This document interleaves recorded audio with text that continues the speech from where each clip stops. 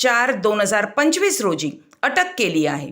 तसेच इतर 7 आरोपी निष्पन्न असून त्यांच्याकडे गुन्ह्याच्या अनुषंगाने तपास सुरू आहे. मुख्य आरोपी संदीप सुरेश कांदळकर याने सह आरोपी यांच्यासह संगनमत करून अंदाजे 1,375 गुंतवणूकदारांची 20,60,00,000 रुपयांची आर्थिक फसवणूक केली आहे. आरोपीने आजपर्यंत 250 मोटार वाहनांचा अपहार केल्याचे निष्पन्न झाले असून अद्याप साक्षीदार तक्रार करण्यास येत असून अपहरित वाहने व फसवणुकीच्या रकमेत वाढ होण्याची शक्यता आहे. आस पावेतो गुन्ह्यातील अपहरित वाहनांपैकी 246 मोटार वाहने अंदाजे किंमत 25 कोटी रुपये हस्तगत केले असून गुन्ह्याचा तपास सुरू आहे. गुन्ह्यातील मुख्य आरोपी